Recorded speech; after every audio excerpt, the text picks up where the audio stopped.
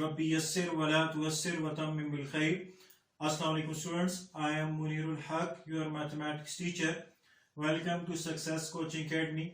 आज के इस लेसन में हम क्लास 10th की जो मैथमेटिक्स का है उसका चैप्टर नंबर 1 स्टार्ट करेंगे, quadratic equation.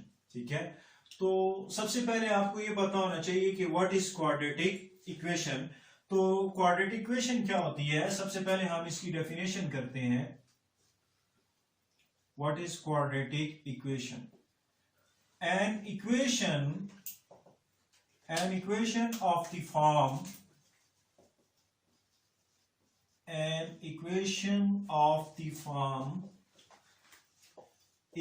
ax square plus bx plus c is equals to 0, where a comma b comma c belongs to real number and a is not equals to 0 is called quadratic equation. It's called quadratic equation.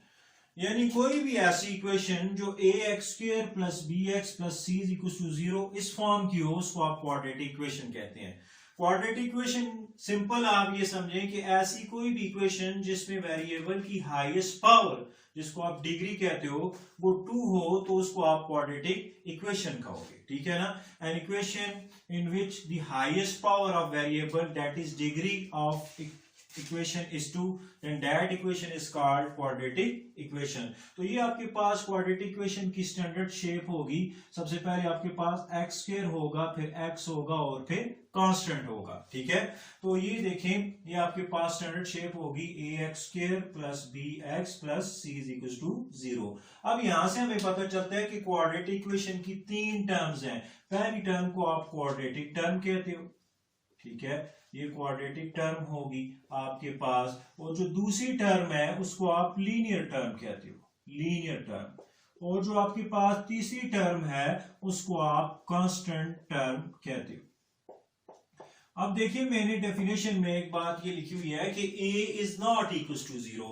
a आपके पास जो coefficient of x square है वो 0 नहीं होना चाहिए। अगर a 0 होता है तो 0 मल्टीप्लाई बाय एनीथिंग 0, तो ये क्वाड्रेटिक इक्वेशन नहीं रहेगी, ये लीनियर इक्वेशन बन जाएगी। अब लीनियर इक्वेशन कैसी इक्वेशन होती है? जिसमें वेरिएबल की हाईएस्ट पावर 1 हो। तो क्वाड्रेटिक इक्वेशन के लिए जरूरी है कि जो कोफिशिएंट ऑफ x स्क्वायर है, जो a है, वो नॉट इक्वल टू 0 हो। आपके पास कोफिशिएंट ऑफ x 0 हो सकता है, फिर भी क्वाड्रेटिक इक्वेशन होगी।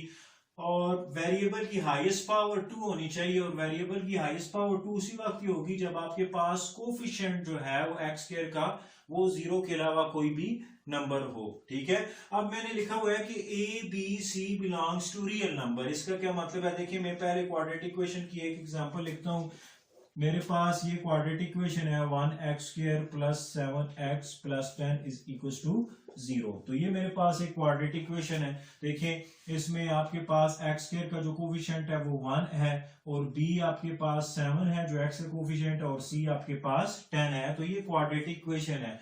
अब ये क्वाड्रेटिक इक्वेशन क्यों है?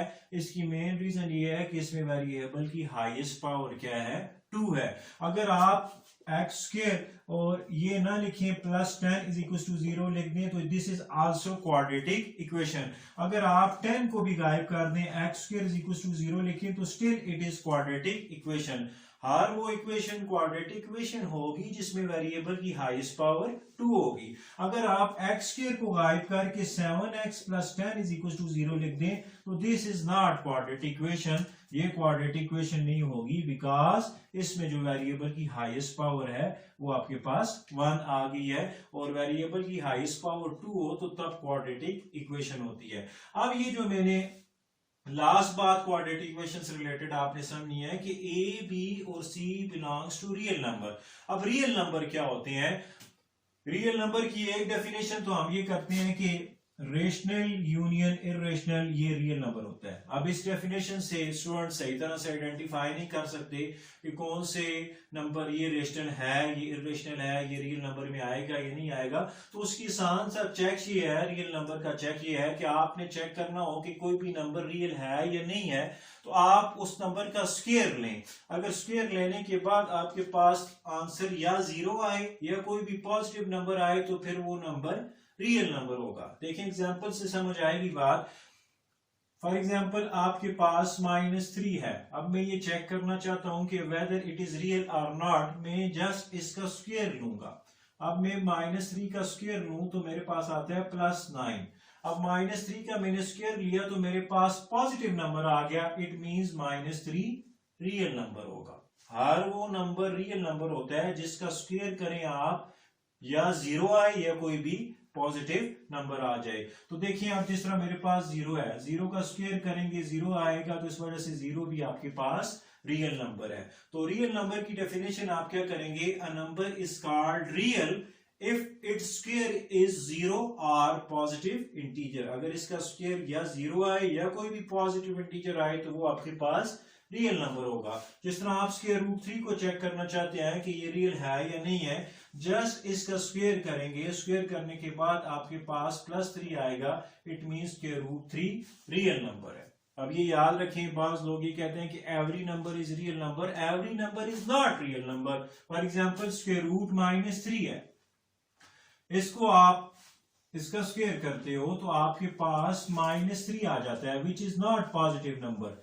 ये पॉजिटिव नंबर नहीं है, तो इस वजह से ये रियल नंबर नहीं होगा। रियल नंबर वो होगा जिसका आप स्क्वायर करें या पॉजिटिव नंबर आए या जीरो आए। तो अगर आप किसी नंबर का स्क्वायर करते हो, ये एक्स्ट्रा बात याद रख ले, तो वो आपके पास अगर माइनस में नंबर आ जाता है यानी नेगेटिव नंबर आ जाता है तो उसको आप इमेजिनरी नंबर कहते हो। ठीक है, तो बहरहाल क्वाड्रेटिक इक्वेशन एक ऐसी इक्वेशन होगी जिसमें वेरिएबल की हाईएस्ट पावर 2 होगी।